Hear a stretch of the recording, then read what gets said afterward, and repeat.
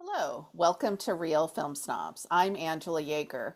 I'm pleased to have with me back on the show once again my good friend Hayley Ringle. Welcome to the show, Hayley. Hello, thanks for having me again.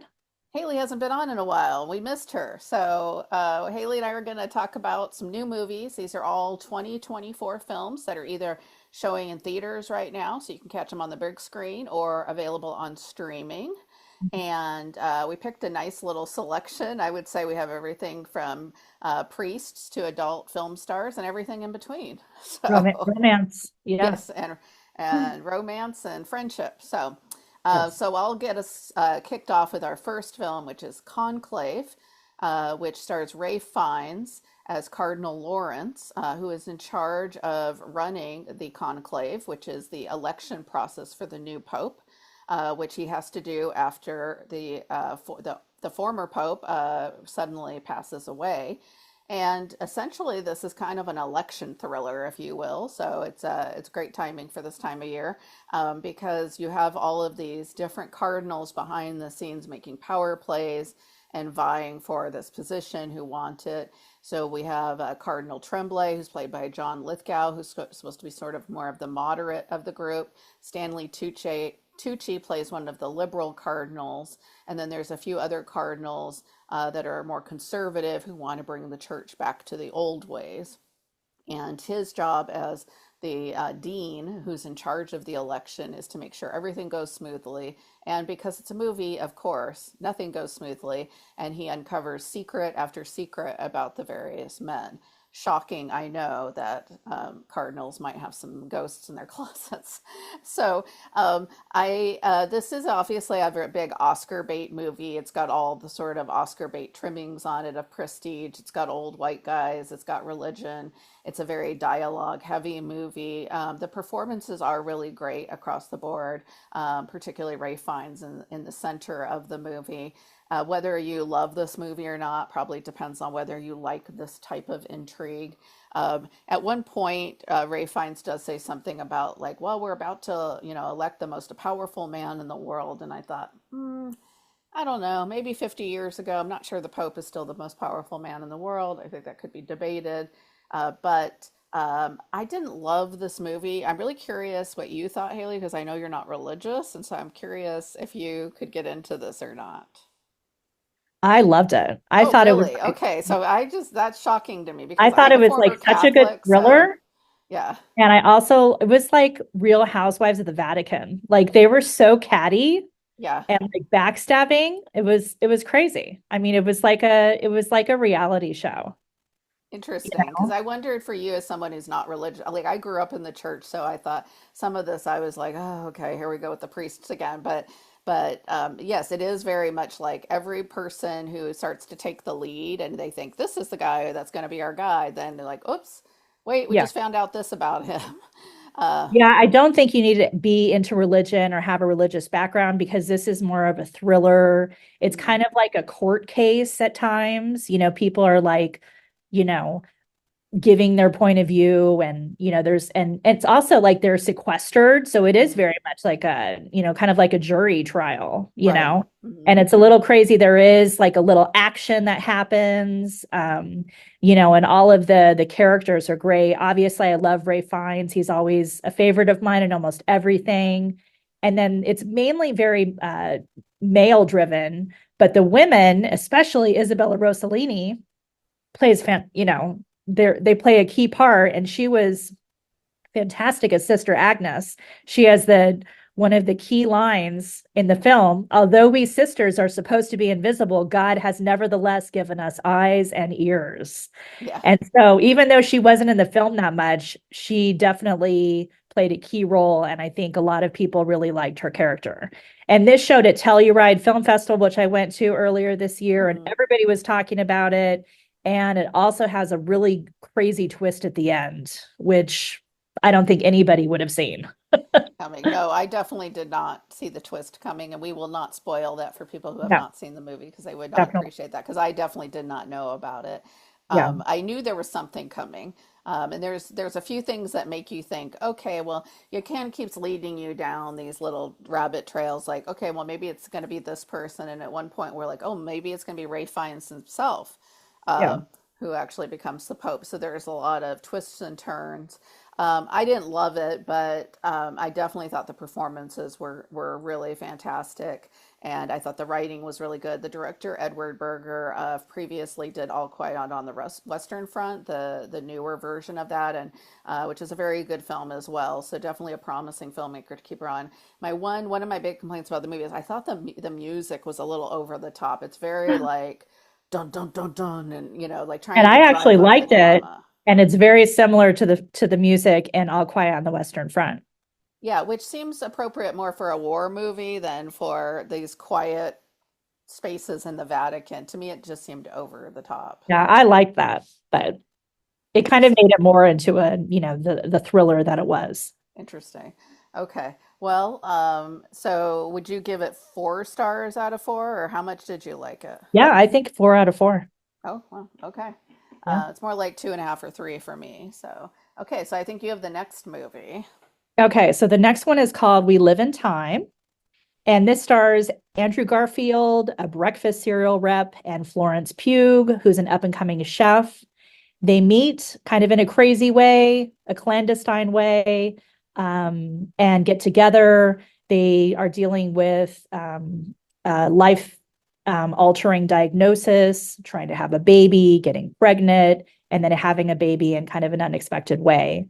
I thought the two had great chemistry, and the story was told in a non-linear fashion over a decade's time. So if you kind of get confused by that, kind of going back and forth, then you might not like it.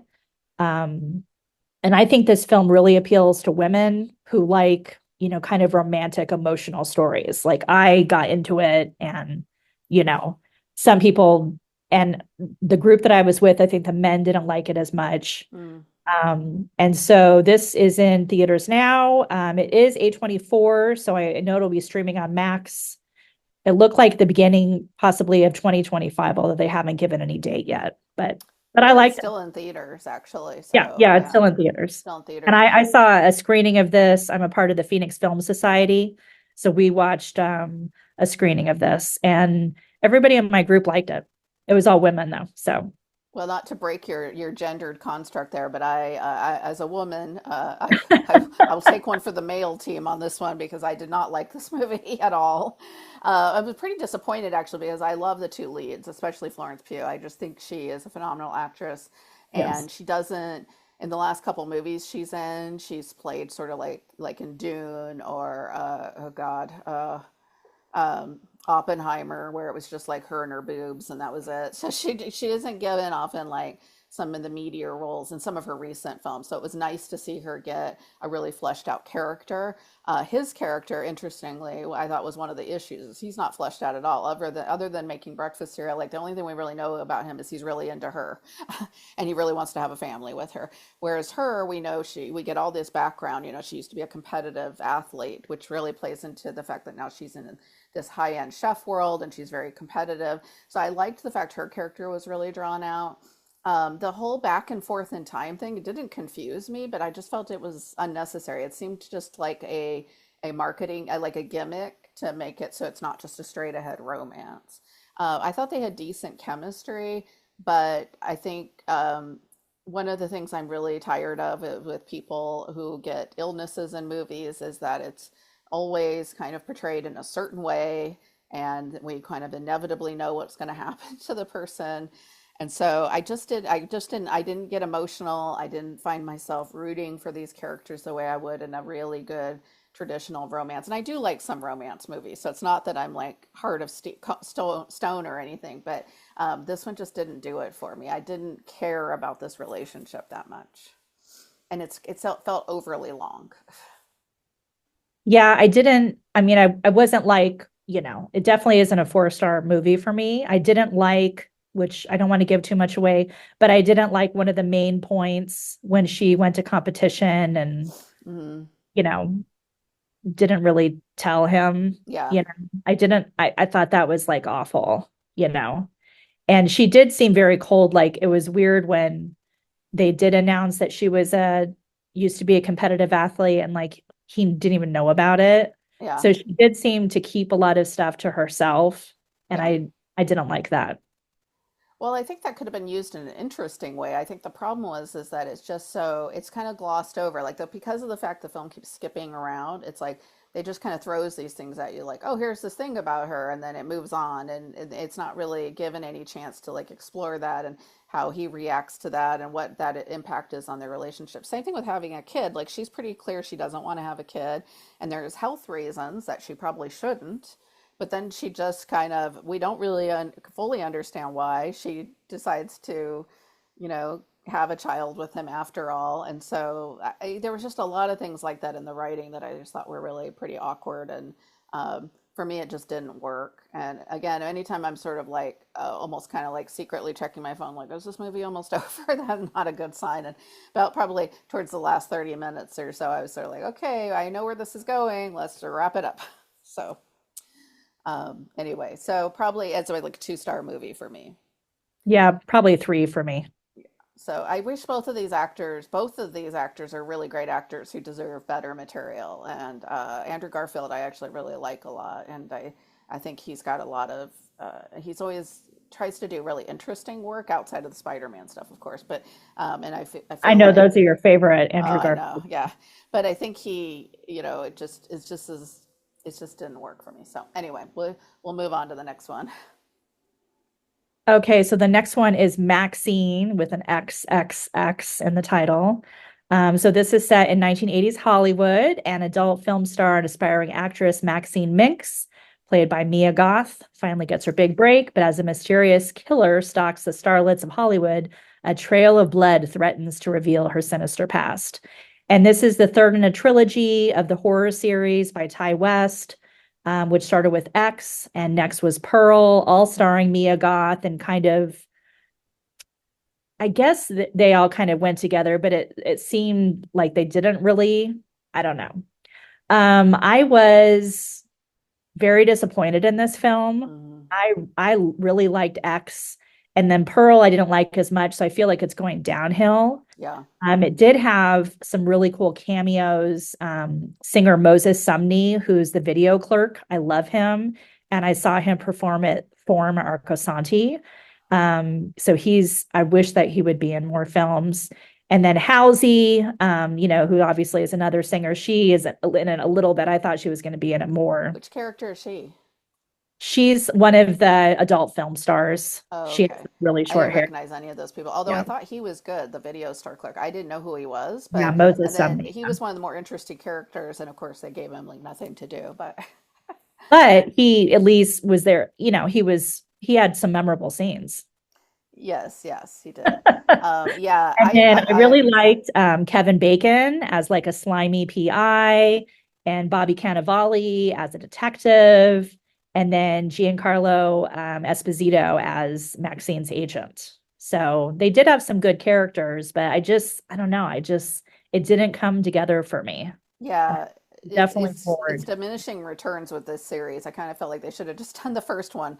So yeah, the first film X, I actually really liked, Yeah. and I think I gave it 3.5 or 4 stars when it came out. And then Pearl, I liked less. Yes. And Pearl is like a prequel, right? Because it's about the woman that we see as the older woman in Mhm. X when she's young, when she's a farm girl. And in that one, I just rewatched it before I watched Maxine's because it's been so long. I need to refresh my memory. And that one, it does like a play on old Hollywood movies, Wizard of Oz primarily. In Pearl, X, of course, it has kind of a gritty 70s exploitation look to it, grindhouse kind of look. And then with Maxine, it's set in the 80s. And so they went for more of like a slick kind of 1980s look like the music even was like all the most obvious stuff you could imagine. I mean, when like the first song, I think I remember thinking, okay, ZZ Top, we're gonna go for the obvious stuff here. Um, and again, Mia Goth is so good, but in this one, I feel like she's given even less to do than in the other ones. Like it's not clear. There's a serial killer on the loose, and so I'm like, okay, is this going to be like her pursuing the serial killer and then but instead it's this kind of parallel thing with the serial killer and then her trying to pursue her career as a legitimate actress, and Yeah. it felt like it really flailed, and all those great actors you mentioned for the most part other than Kevin Bacon, who I think makes the most of a really good role, aren't given a whole lot to do. Bobby Cannavale kind of walks in. Michelle Monaghan plays his police partner. Yeah. They're just kind of, the cops are just there. They don't really do anything. So, yeah, I thought it was pretty disappointing, and also longer than X with less plot. And for a horror movie, not scary at all. Like I because Yeah. of the fact that we kind of once we kind of figure out who it is, it becomes even less scary. It was just a little gory at times, but it definitely wasn't scary. No. X actually had some good jump scares, and Pearl had almost no scares, and then this But one Pearl also was has. creepy. Pearl was creepy, but this one had no scares for me at all. I Yeah. was just, It was yeah, very like homogenized. yeah, And I watched it with my husband, and both of us really like horror movies. And he like left halfway through. He's like, "This is boring." yeah. So I'm gonna The, go up and watch the game.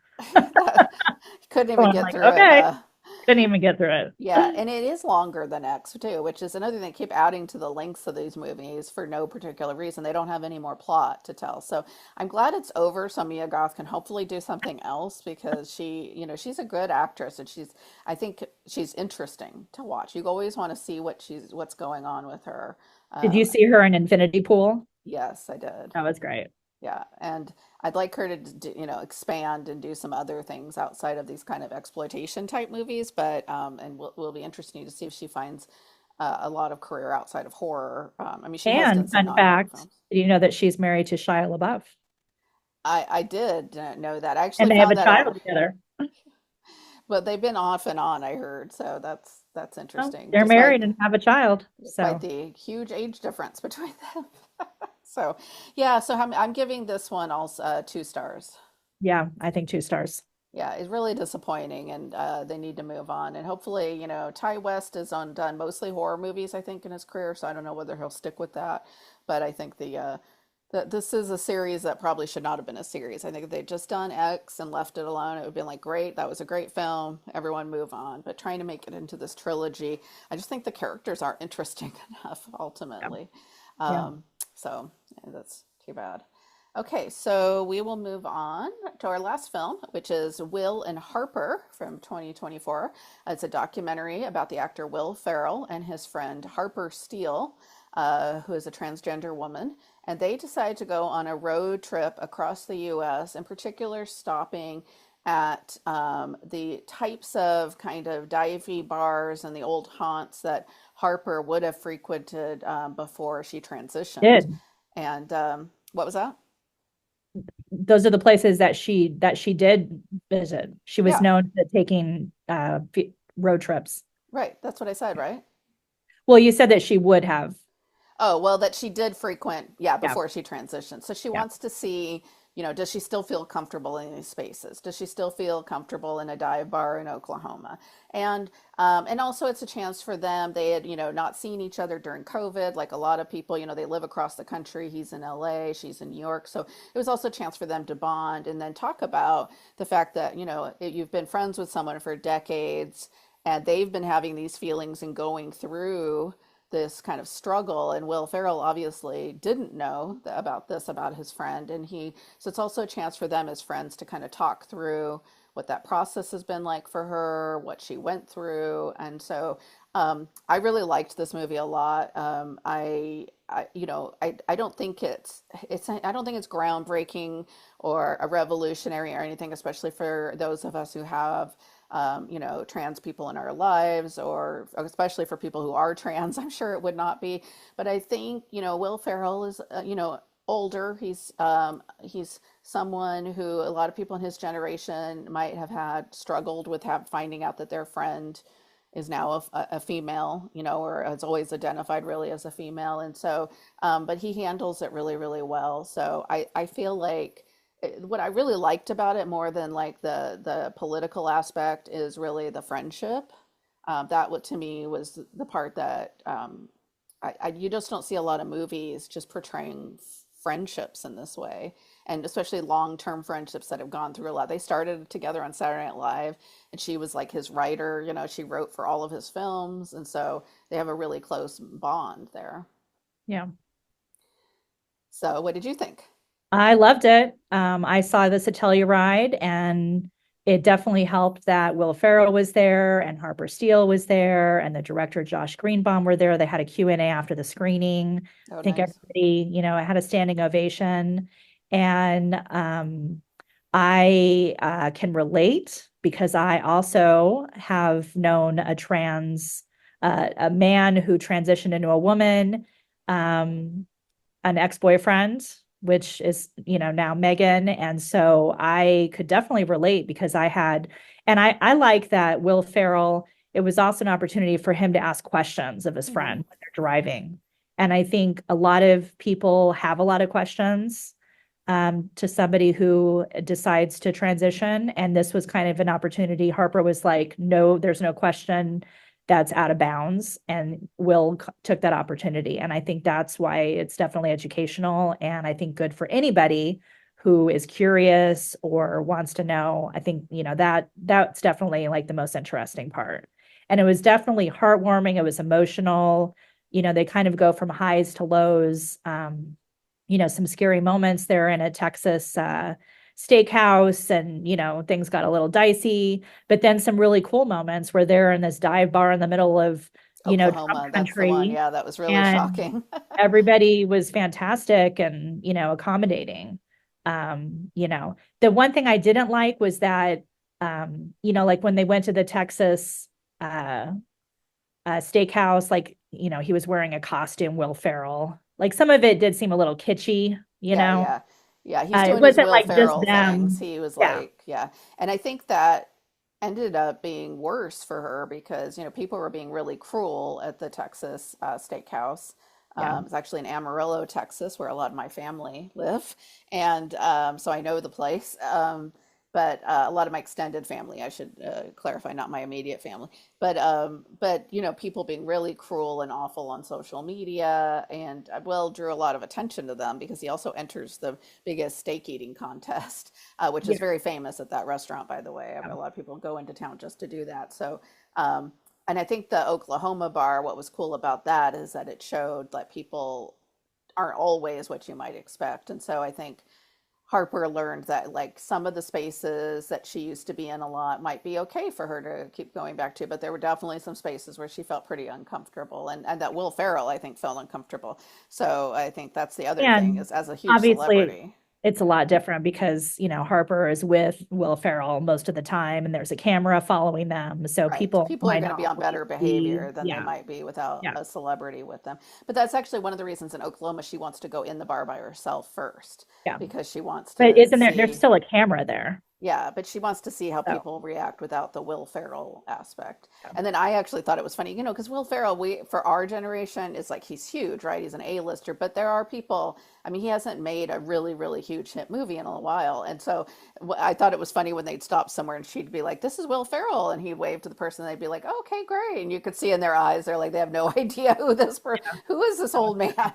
So Yeah. there was some good laughs with that, but I just thought the friendship part was really poignant, and that's what I really liked about it the most. The only thing I would say about it is actually this was a movie that I actually thought could have been a little longer. It kind of because when they first get on the road from New York, I was like, okay, they're going to stop in these different states, and then it's like all of a sudden they're like, oh, we're in Ohio, or I was like, wow, they're really skipping around. So they obviously go through a lot of areas that they don't actually show us, and I realize that's editing and everything, but it would have been interesting to see if there were any other kind of moments that were.